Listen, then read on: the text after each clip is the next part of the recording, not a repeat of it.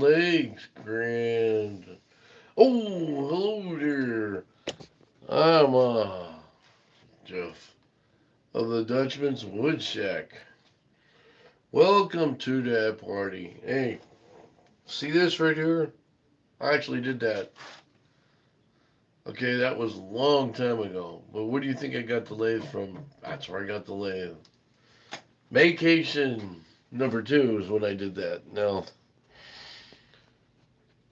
what I'm trying to teach people is lathe work. Trying to get people interested in turning. And, well, it's been an up and down thing with people because I guess it's not interesting enough or not crocheting. I had a friend of mine go for making beautiful um, scroll saw work to crocheting. Not that I'm against crocheting, but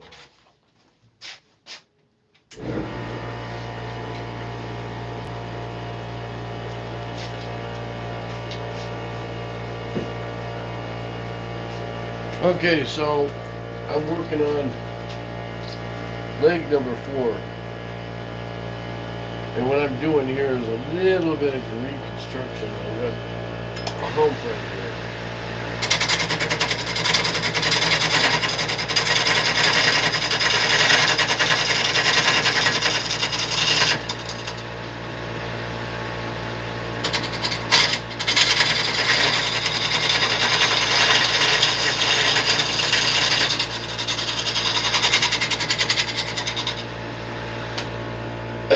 Okay, so a couple things I'm doing. After that thing sets up. Okay, so now I had to take this down because it was a bump right here.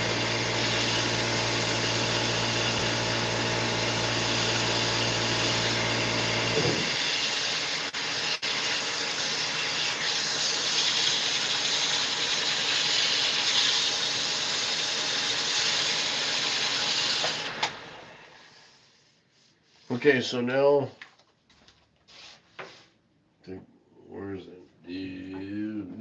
This one here. Okay, so this is the Vasta. Okay, so now you put it up here with the other ones,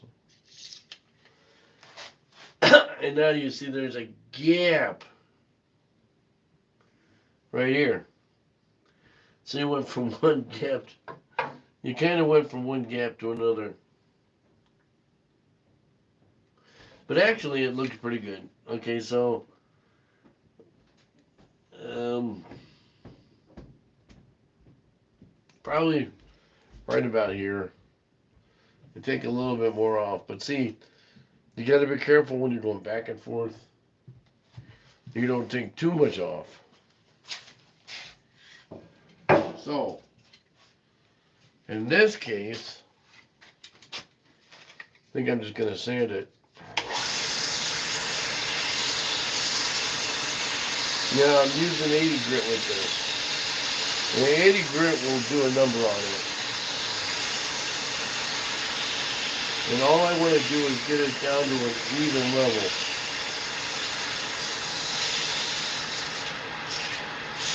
Even level.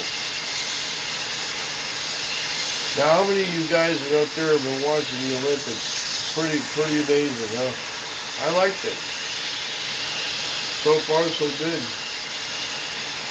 No, it's not really so much about the guys in our group winning or losing. It's about you go to that, you have a good time, and you do your best you can do. There's some really, usually every time the Olympics come along, there's always a good story or two behind it. So, and I'm always pulling for spread the dog anyway. You know, during the Winter Olympics, everybody forgets, but there was 2 stories way back when. One was Eddie the Eagle. You remember that? And snow during the Winter Olympics. The guy that was the ski jump guy. And then there was also the Caribbean guys, Jamaican bobsled thing. That was pretty good. I enjoyed it. Everybody wanted them to keep keep going on and make it somewhere. So, okay, so now what we got, what we have here is a failure to communicate. No.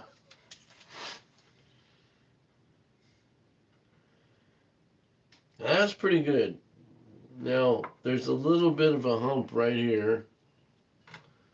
But see, this is where you don't want to get carried away with stuff. You want that leg to be totally smooth, all the way across. Hey, that goat. How you doing, buddy? Shout out to you, buddy. Hope you're having a good night. I'm wearing them. Usually I'm wearing a face mask, but you know, but.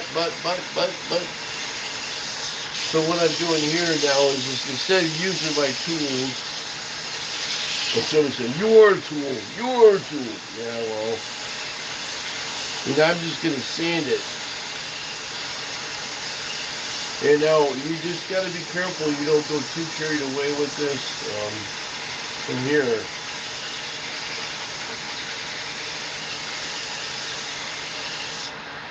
For me, and this is where I tell people take your time doing stuff because you never know what. I mean, I'm not in a hurry to get this done. It's a project that I want to try. It's kind of like a prototype of one I'm looking forward to making later on. It's a bigger one, so twice the size. All right.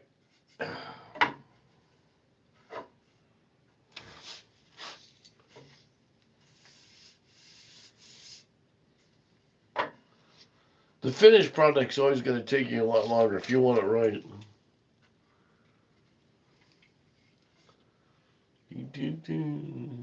Actually, looks pretty good. I mean, right in here, but a little bit more of a taper. But I don't. I mean, if you take a straight edge and go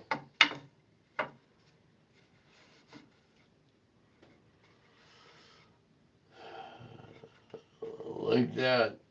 Okay, so from this to there is tapered anyway, so I'm not worried about that. It's if it copies what the original was, what my prototype is. So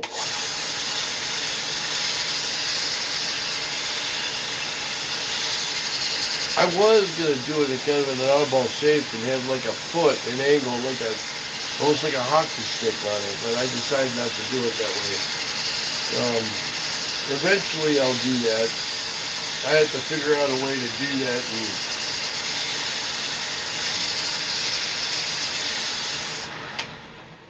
Well, that looks pretty good, don't you think?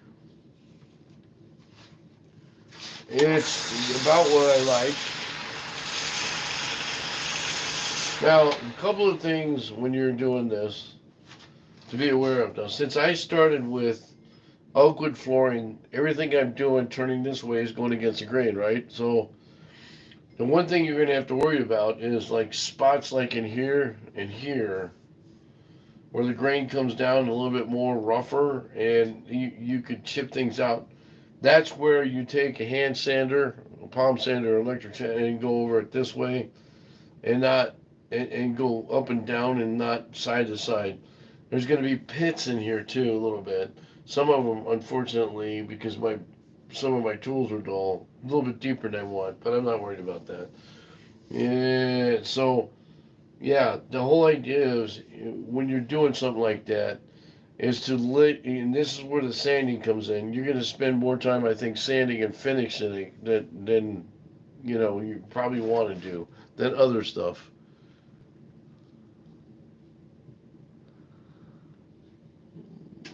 Brianna, nice to see you. Feel free to subscribe to me. I really appreciate it. And if you do, when you do, every time I pop up, I should be able to get. You should be able to get noticed. Notices when I'm going to be doing my stuff. Okay, so the idea here is to get the same thing as I had for my prototype, right? So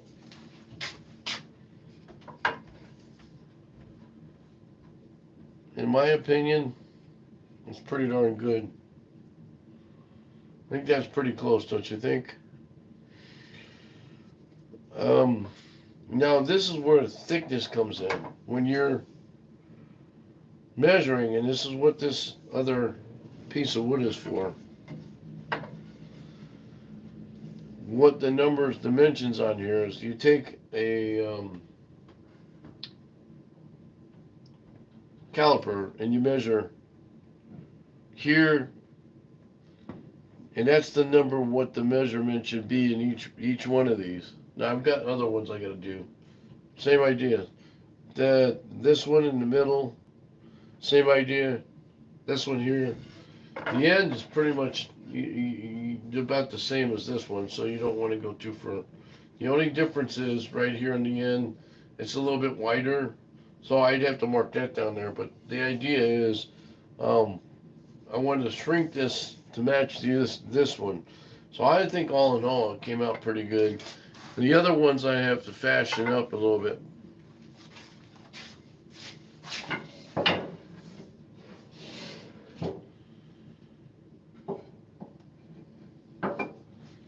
Okay, so like this one. Okay, so I think it was one of the last ones I did. So this one needs to be a little bit narrower, but the same idea. I have this center thing. If I could get these all to measure the same way, then I'm golden. So I'm pretty close. I just need to do some fine sanding on it.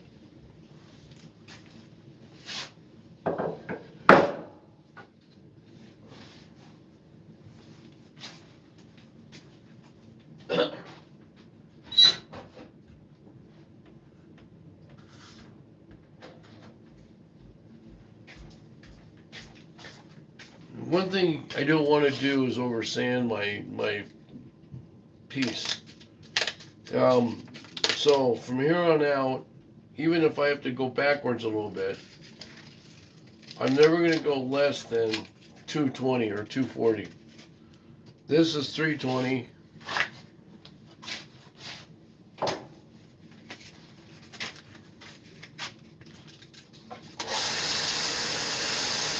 It'll smooth it out a little bit more.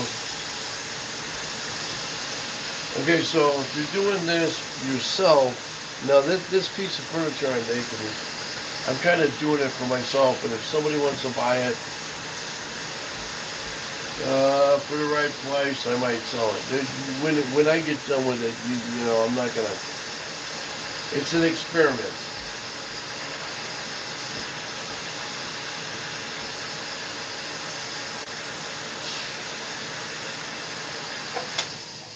Now, if you look at it, see there's rings right here. See now, 320 is polishing it. Basically, it's bringing more of the grain to a finer finish. But the reason is I'm doing it, I'm going from 80 grit to 320 is because I want to see where all my imperfections are. Well, here's one, here's one. They're minor though. There's all these little dots or indentations. So here's what you do. Now that you got that done like that, there's no more tools to be needed on this. So now what your key issue is going to be is, instead of turning it this way like I've been doing this way, you basically will work on it this way with the palm sander to get a lot of this out. And again, there's bumps in there like that. There's little gaps. There's not much you can do about it.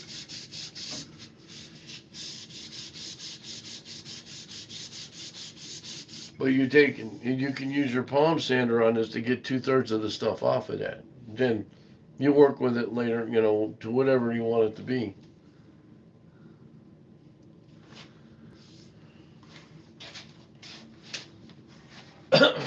So,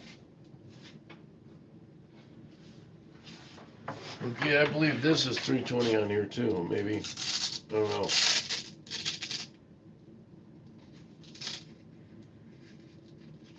But this works out better.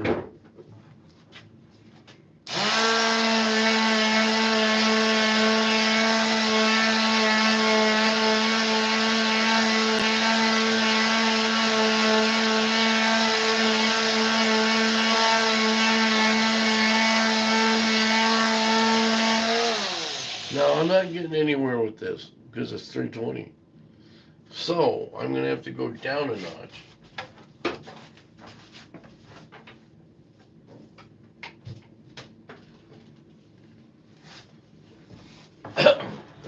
I believe this is 220.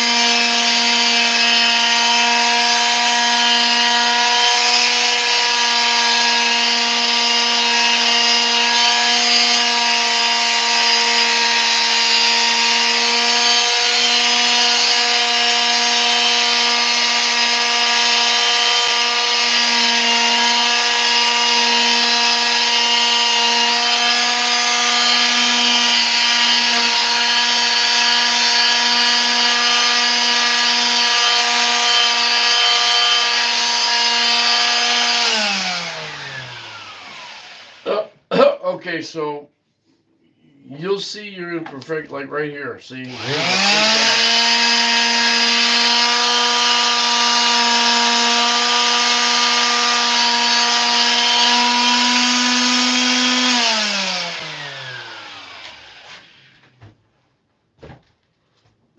Okay, so right, you'll find imperfections in here. You just work with it.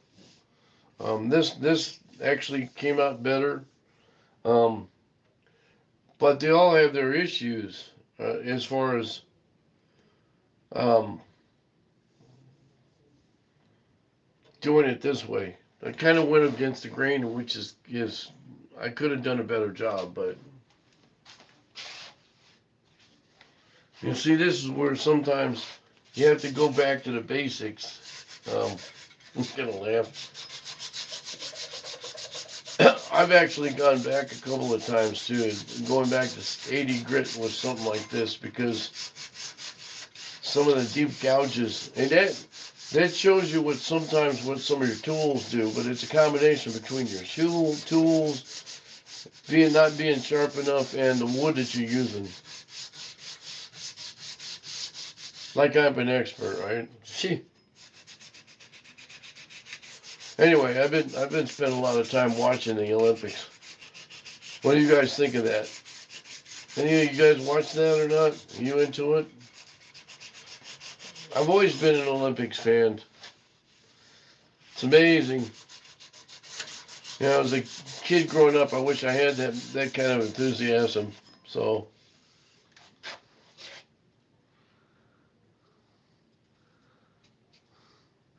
hey, Leonard, how you doing, buddy? Glad to see you out there.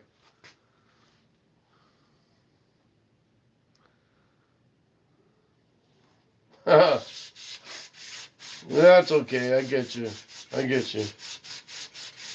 I tried to put a couple things. I ran out of battery the last time I tried doing it. But I don't know when there's a good time for you guys to watch this either, other than me posting it as a video or something. You know. So, oh, how was work today, by the way? Get anything accomplished?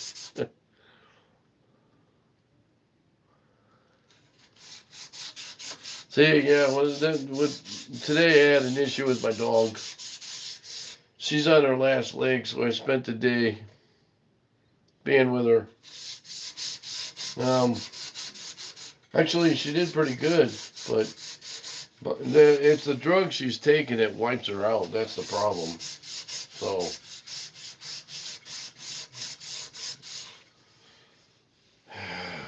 yeah. Anyway, um, as I was saying earlier, when I designed this thing, I was kind of going off of something other than what I saw in Hawaii. So,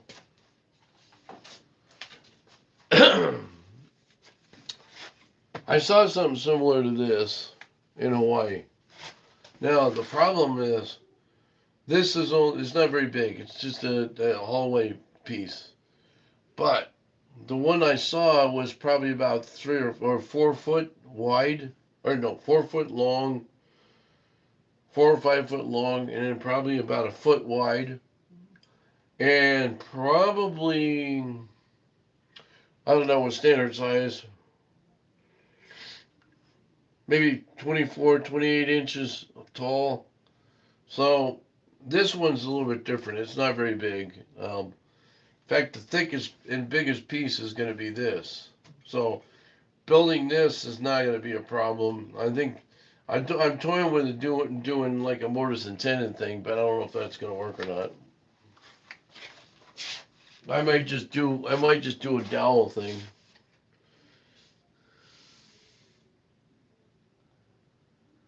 Yeah, I know.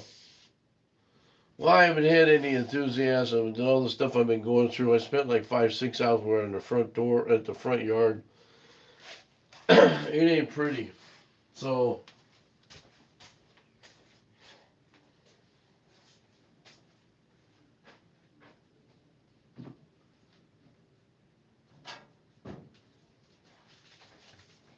see, my biggest problem is, you know, I'm 67 going on 68. In a month I'll be 68, right? So I'm going, do I want to get another dog? Because all these people on the block have dogs. And I don't know. See, if you get another dog and I have to retrain him, that means I have to take and do the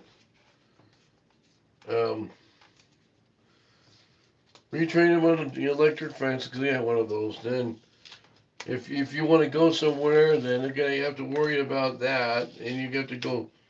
I already have a dog daycare center that I go to. The lady, but and the way my dog is now, she can't take care of him because she's, I don't know. She could probably, but I don't know.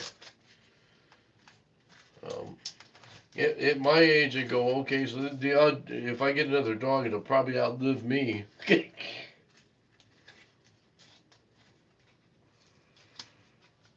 So, I'm an animal person, but, it kind of limits you to doing things too. I like to go out of town in winter to get the heck out of Dodge from here, and that's one of the big problems. Then I have to pay somebody to watch her. So, and I'm not saying that's good or bad. It's just you got to think about that. It's like having a kid. To be honest with you, and I'm all good with that too. But this should work better than that.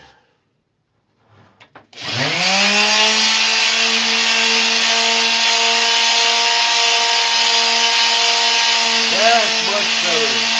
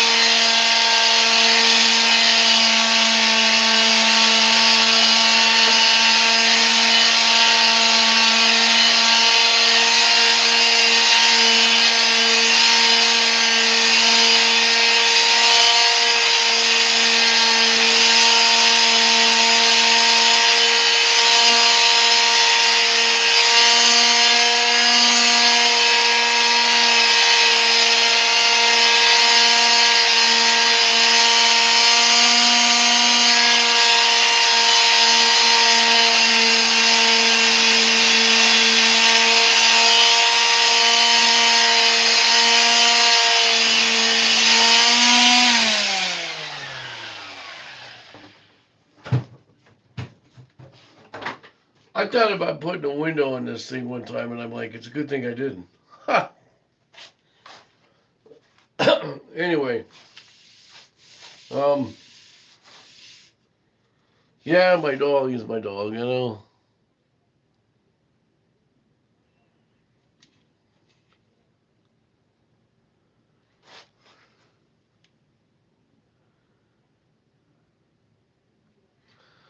Oh, when I used to do that. I used to do that. Oh, the basement thing. I remember back in days. Oh my God, I haven't been doing that for like I think 10 years now. Oh my God, I don't know where you're at, but here in the Midwest, they got the basement, and then you got I mean, people. The basement remodels were a big deal, and I used to do some work between myself and two other guys, and there was one place that got flooded out, Naperville, 90, 98 or 99, 1999. I mean, that was last century, right? But I think we spent a full 6 months down there rehabbing, rehabbing basements for the floods. But I always liked doing basement remodels because they weren't like doing a whole house or a room addition. I worked with a guy for years doing room additions, and it was okay to a point, but this guy was a little bit crazy. Best guy I ever had. The guy that taught me the trades to begin with was the guy's name was Chuck Jones, out at Crystal Air Country Club in Hesperia, I believe, in the Mojave Desert. Chuck let me do everything. Basically, started. I didn't do anything.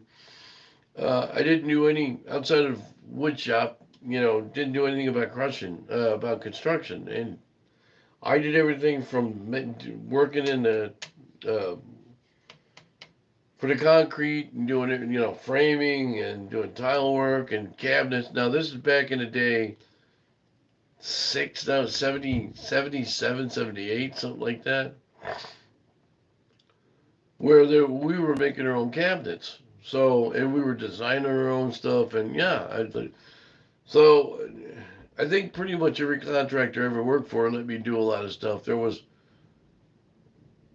one guy who he let me do some stuff, but he was a little bit crazy with some of the things that we were doing. Highly, extremely dangerous. And I don't even know how I ended up getting out of there without getting myself killed. So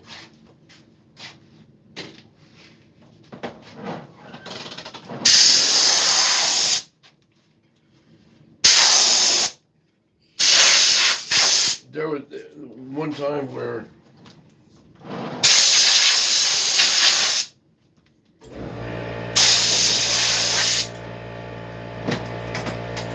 yeah, there was one time where we were doing putting in a hot tub in the second story. And there was two guys up on the roof and two guys on ladders. I was being the one on the ladder. Two guys were pulling as myself and another guy were pushing a hot tub. I mean, actual hot tub. It was like 8 by 8. And we had a hole cut in the roof to get it through the roof. That was killer. That was killer. Same guy.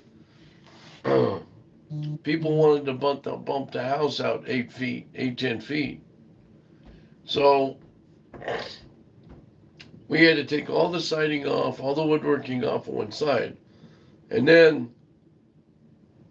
what we did was you had to take a notch right where the first story hit the second story. We had to put a beam in.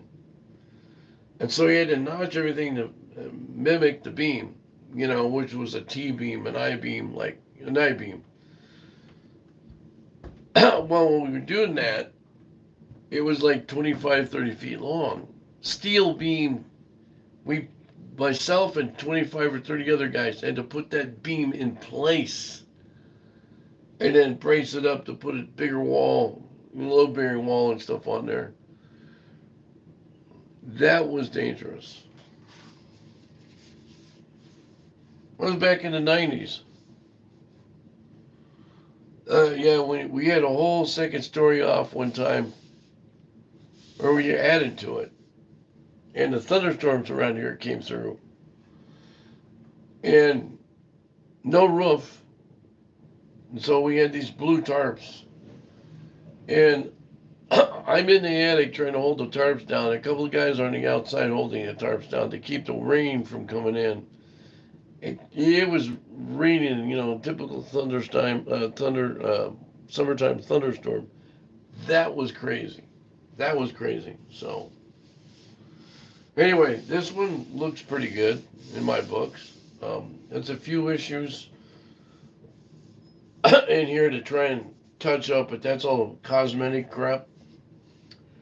I kind of like the way it came out, although if I had to do this again, I wouldn't. I probably would stick with a solid piece of wood.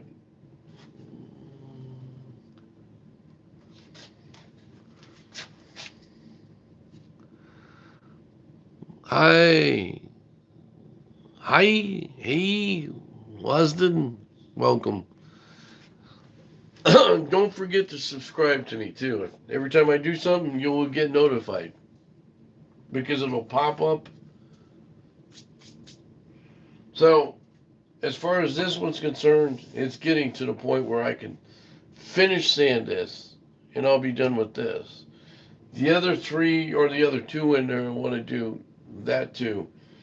But in the meantime, I'm going to be doing resin work. I've got to finish up 2 bowls, and I'll be doing resin work. So tomorrow's Tool Time Tuesday. I'll be talking about tools, a little bit of everything.